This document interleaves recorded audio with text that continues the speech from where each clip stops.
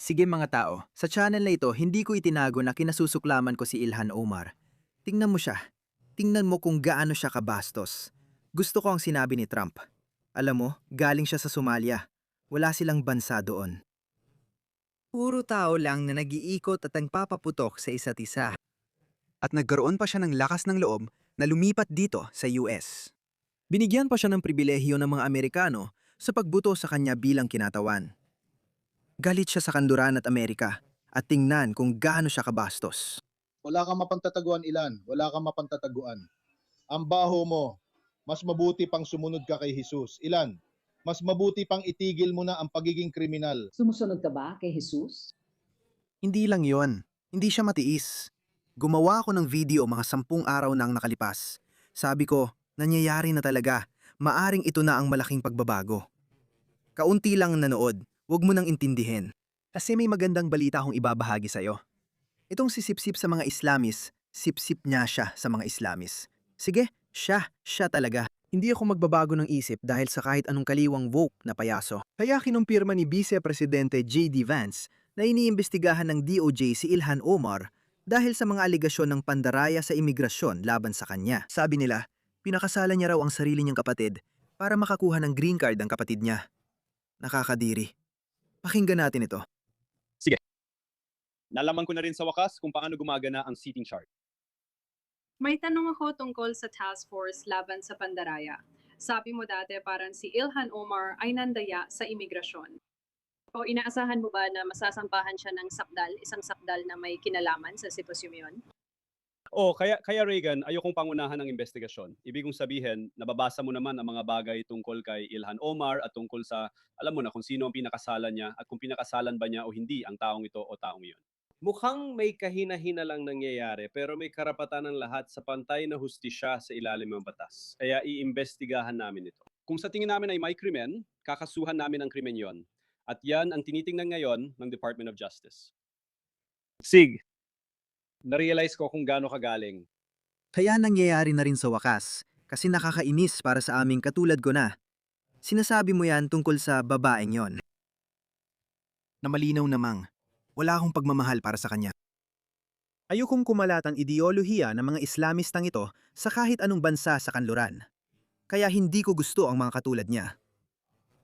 Pero bakit wala kayong ginagawa tungkol dito? Matagal na nating naririnig na pinakasalan niya ang sarili niyang kapatid. Narinig natin na milyonary na siya ngayon, mga $30 milyong o kung anuman. Pero 6 na taon lang ang nakalipas. Ilang libong dolyar lang ang halaga niya. Paano nangyari yon? May kahina-hinala siyang ubasan. Anong nangyari doon? Kung sinasabi mo ang lahat ng ito at nagsasabi ka ng totoo, bakit hindi natin siya maaresto? Bakit hindi natin siya ma-deport? Tingnan mo ito. Minamaliit niya ang malawakang pandaraya ng kanyang komunidad sa Minnesota. Baka nga kasali pa siya doon. Nasa town hall siya kagabi at minamaliit ang Feed Our Future corruption na nanloko sa mga nababayad ng buwis sa Minnesota ng $9 bilyong. $9 bilyong. At tinatawag na racist ang mga kritiko. Oh, syempre. Kaya wala talagang kahit ano na malapit sa kwento na meron sila tungkol sa mga Somali. Ang ating pilagbulan at kung paano tayo nakarating dito, pati na rin ang bilang natin. Na laging nakakabighani para sa akin. Para sa akin, mas lantad na rasismo lang ito kaysa sa ano ka man. Totoo talaga yon, oo. Alam mo, natutunan nila sa mahirap na paraan na nasasayang lang nila ang maraming rekurso ng federal na pamahalaan sa paghanap ng multo na wala naman talaga na sila lang din ang lumikha. Nasa town hall siya kagabi at binabaliwala lang ang korupsyon ng Feed Our Future.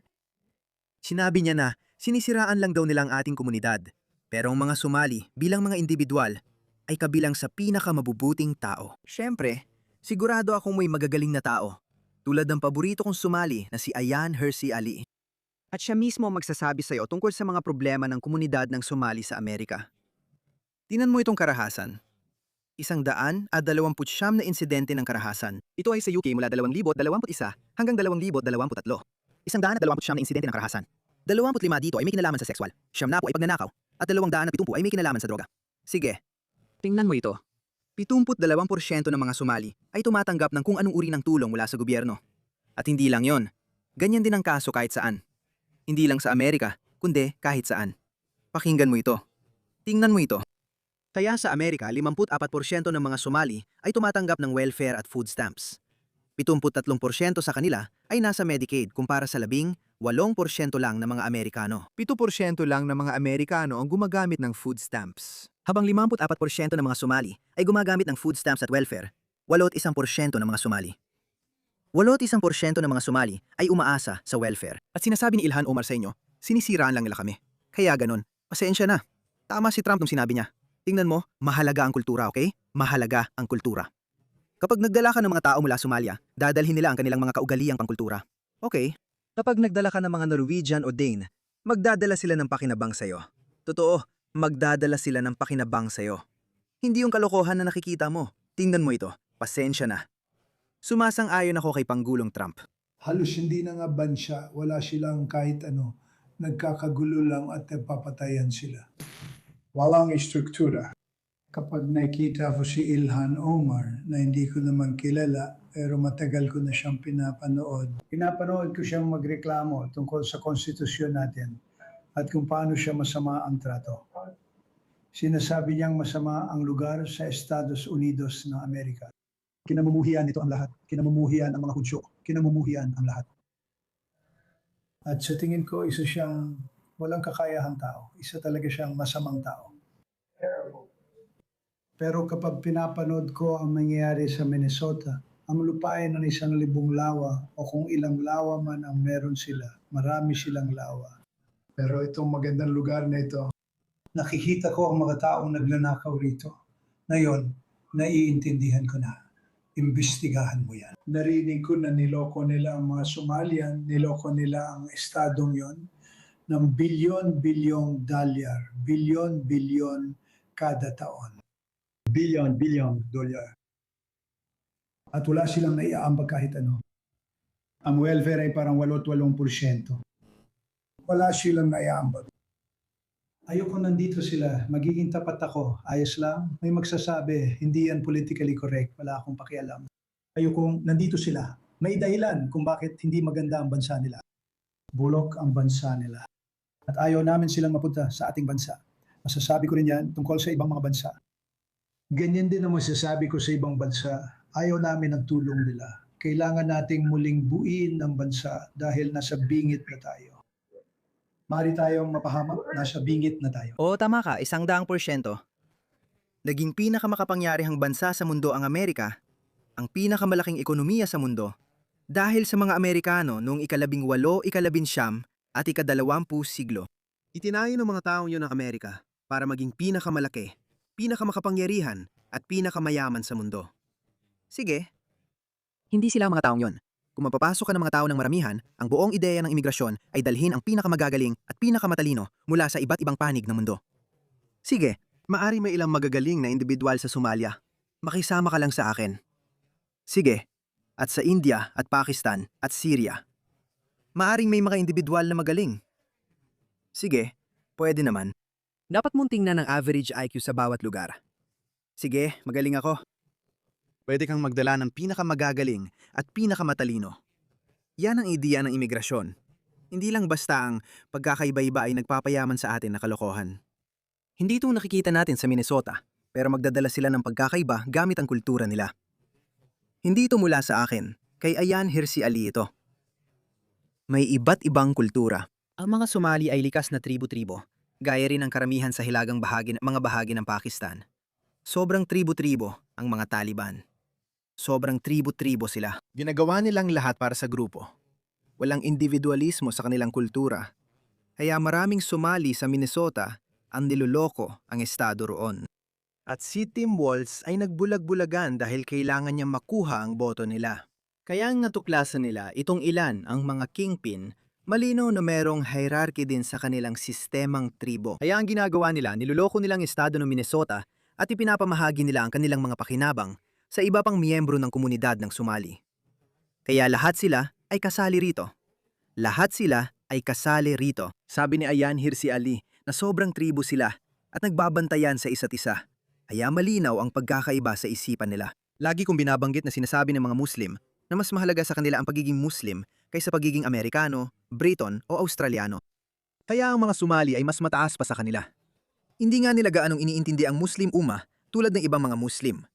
Ang mahalaga sa kanila ay ang tribong Somali. Yun ang pinapahalagahan nila. Kaya ganyan sila umasta. At sa tingin ko, hindi karapat-dapat ang mga taong ito na mapalapit man lang sa kapangyarihan. Hayaan ninyo ipakita ko sa inyo ang iba pang mga ginawa ni Ilhan Omar. Tingnan ninyo ito. Si Ilhan Omar ay nangangampanya para kay Omar Fatah sa Minnesota. Wala kang makikitang bandila ng Amerika, wala ring bandila ng Ingles. Ilhan! Ilhan! Ilhan! Ilhan! Itong lalaking ito ay si Omar Fatah, o siya.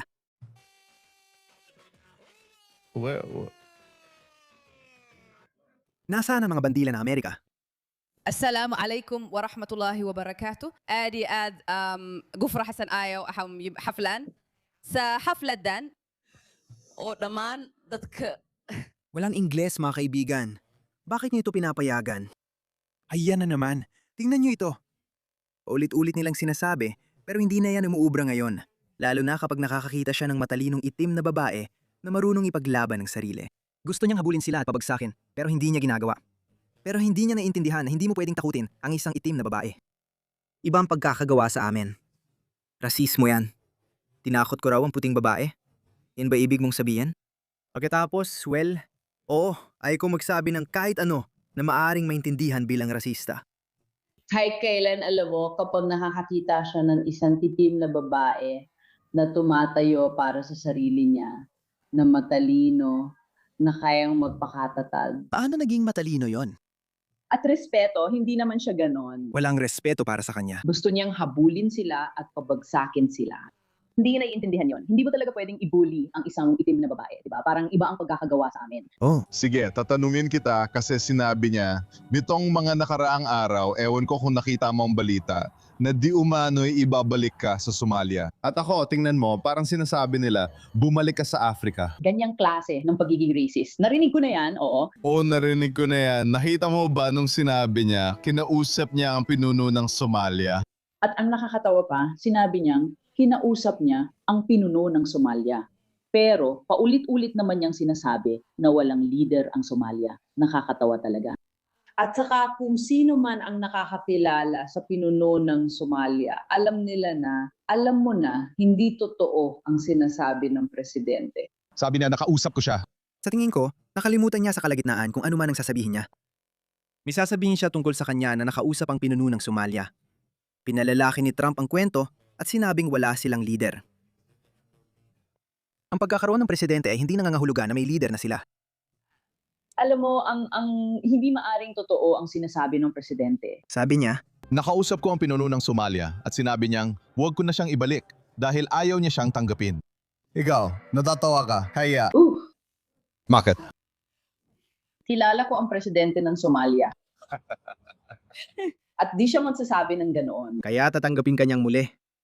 Bakit hindi ka na lang gumalik sa Somalia, mahal? Iwan ko sa inyo, mga pare. Bakit niyo pa tinitiis to? Mga Amerikano, oras na para bawiin ang inyong bansa. Amerika ay naging pinakadakilang bansa sa mundo hindi dahil sa mga taong ito, kundi dahil sa mga naunang Amerikano. Dahil sa mga naunang Amerikano na iniwan ang kanilang kontinente, nagsimula ng bagong buhay at tinanggap ang bagong pagkakakilanlan bilang Amerikano. Kahit ikaw ay isang Italyano o Griego, o sino mang dumating kalaunan, pati na ang mga Pranses at Aleman at mga Briton, mga Irish. Oo, marami talagang tensyon sa pagitan ng mga henerasyon nila. Pero hindi nila dinala ang kanilang sekta-sektang alitan sa Amerika sa ganung antas. Hindi tulad ng nakikita natin ngayon. Ano man ang dahilan, siguro dahil pareho silang kabilang sa isang sibilisasyon. Bahagi pa rin sila ng kanluraning sibilisasyon. Kaya siguro nakahanap sila ng pagkakapareho at nagkaisa para buuin ang Amerika. Pero itong mga taong ito, hindi sila tapat. Hindi sila tapat sa Amerika. Tingnan mo, sila na mismo ang nagsasabi.